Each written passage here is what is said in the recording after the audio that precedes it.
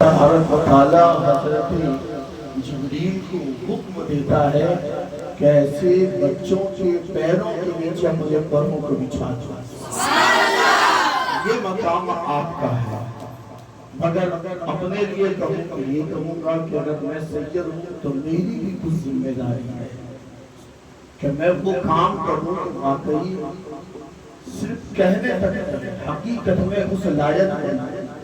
اسی طرح جیسے آپ لوگ آج جس مقام پر ہیں، آپ کے لیے یہ تو ایک سیڑھی ہے، دارالعلوم ایک سیڑھی ہے.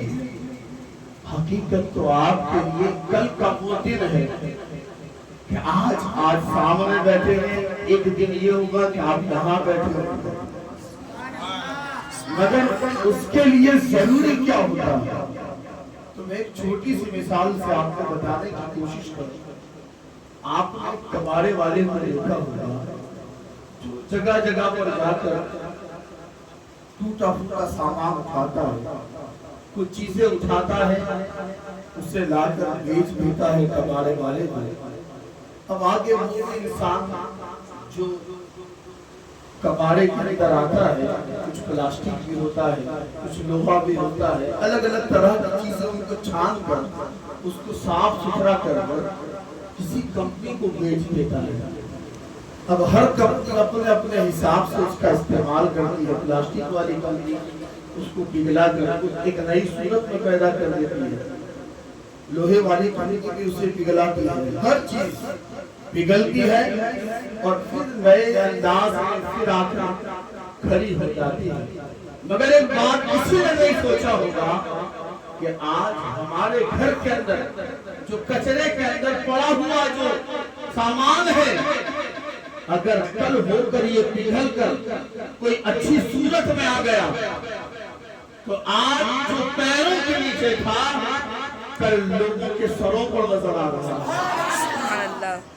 جیسا آپ نے دیکھا ہوگا، مان لیجیے کسی نے لوہے کو پگھلا دیا، اگر وہی لوہے کی اگر کسی نے جالی بنا کر اگر کسی گھر میں لگا دیا تو کل تک کچرے میں تھا، آج گھر کے بڑے بڑے لوگ اس کو صاف ستھرا کرتے ہوئے نظر آتے ہیں.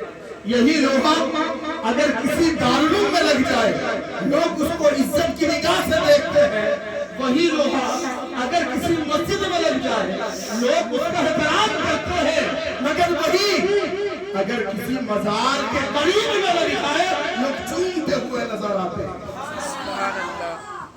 چیز تو ایک تھی مگر جیسا انداز بدلا اس کا مقام بھی بدل گیا. تو اسی طرح آپ لوگ ہیں، کیونکہ مجھے معلوم ہے دارالعلوم کی دال روٹی میں نے بھی کھائی ہے. میں یہ نہیں کہتا جب میں الگ ہوں آپ لوگ الگ ہیں. مجھے احساس ہے بہت کم بچے ہوتے ہیں کہ جو خود کی مرضی سے اچھے ذہن کو لے کر آ کر پڑھتے ہیں، بہت کم ہوتے ہیں. ورنہ زیادہ تر ہم نے یہ دیکھا ہے کہ اگر کوئی بچہ اسکول کے اندر شروعات میں بہت تیز ہو تو ماں باپ آپ دیکھتے اسے ڈاکٹر بناؤ، اگر پڑھنے میں بہت اچھا ہے تو اس کو انجینئر بناؤ، اگر بہت اچھا ہے تو ہم اسے سائنس آگے کی ڈگری تک پہنچاؤ. مگر جو بچہ اسکول سے چوری کرے، گندا کچیلا گھومتا ہو، لوگوں کو گالیاں دے، ماں باپ کسی جنریٹر سے تعلق چھوٹ کرا دے. مطلب یہ نہیں یہ وہ جگہ ہے، یہ لفظ برا لگتا ہے مگر حقیقت ہے کہ ہم کچرا اٹھا کر لا کر دارالعلوم کے حوالے کرتے ہیں. جس طرح ایک کباڑی والا ڈھونڈ ڈھونڈ کر جو لا کر کباڑی والے کو دیتا ہے، اسی طرح گاؤں کے بچوں کو چن چن کر ان بچوں کو کہ کوئی اپنے پاس کھڑا رکھنے کے لیے تیار نہیں. اگر وہ بچہ کسی کے گھر میں جا کر بیٹھ جائے، گھر والا گھر چھوڑنے کے لیے تیار نہیں، سوچ رہا ہے کب میں ہٹوں یہ کچھ لے کر بھاگ جائے. اب ایسے بچوں کو وہ تعلق کے حوالے کرتا ہے. مگر دیکھیے یہ فیضان ہے مصطفیٰ کا، محنت ہے اساتذہ کی کہ کس طرح ایک کباڑے والا اس پر گندگی صاف کر کر صاف ستھرا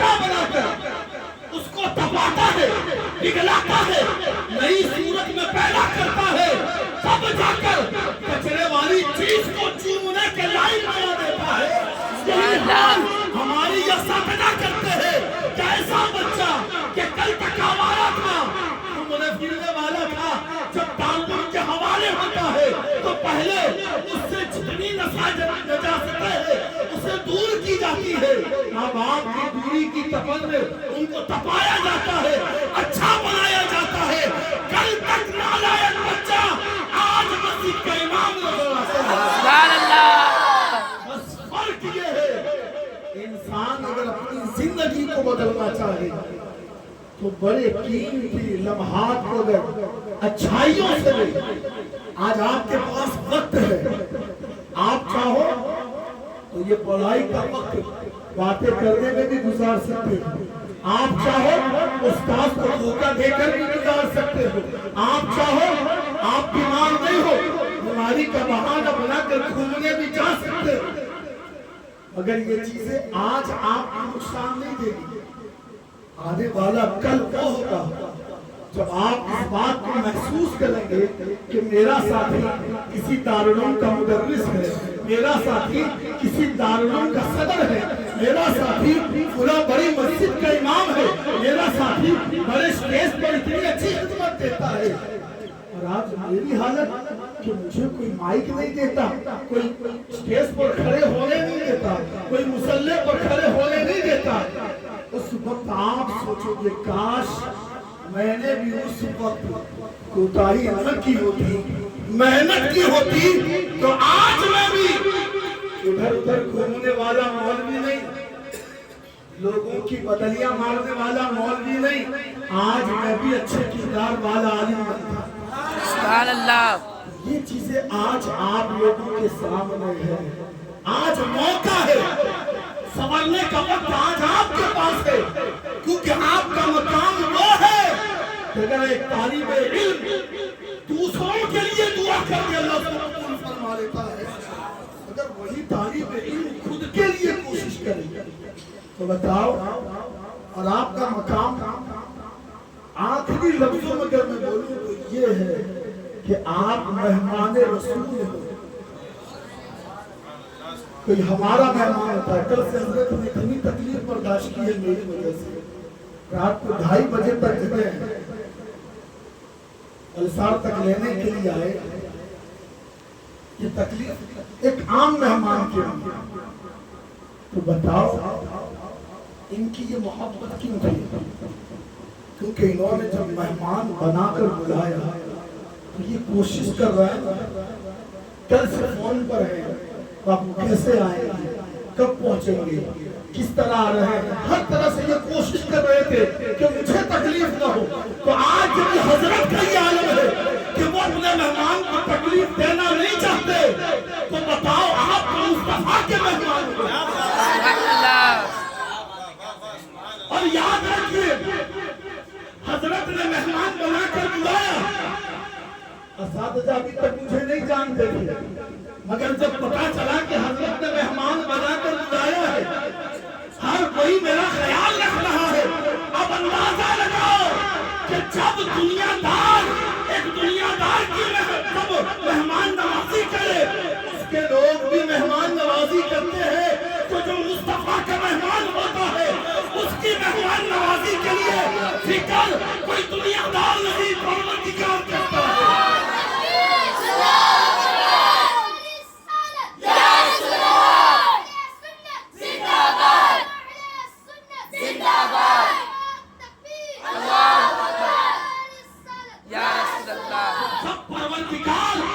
اپنے محبوب سے محبت کرتا ہے، وہی پروردگار محبوب کے مہمانوں سے بھی محبت کرتا ہے۔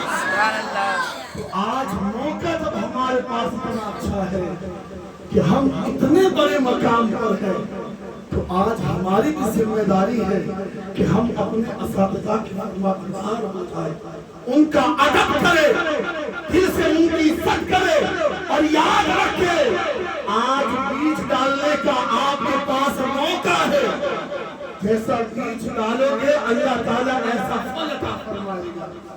تو ضروری ہے محنت کرو، کوشش کرو، کیونکہ جب انسان کوشش کرتا ہے تو آخر کیونکہ الحمدللہ نسبت بھی ہے کیونکہ کل سورت میں میرا اس موضوع پر کتاب تو نہیں کچھ جب کچھ آئی ہوئی ہے بڑی بارگاہوں میں کچھ چھوٹی زبان سے بولنے کا موقع ملا ہے عرس مختومی کے تعلق سے کہ جب بندہ کوشش کرتا ہے تو حالات ایسے بنتے ہیں کہ ایک اشرف جب زندان سے اٹھ کر 17 سال کی جوانی میں تخت چھوڑ دیتا ہے تو حالات ایسے ہوتے ہیں کہ پہلے وہ زمانے کو دیکھ رہا تھا جب تخت چھوڑا تو اس کے رسول کی محبت میں اب پورا زمانہ نہیں دیکھ رہا.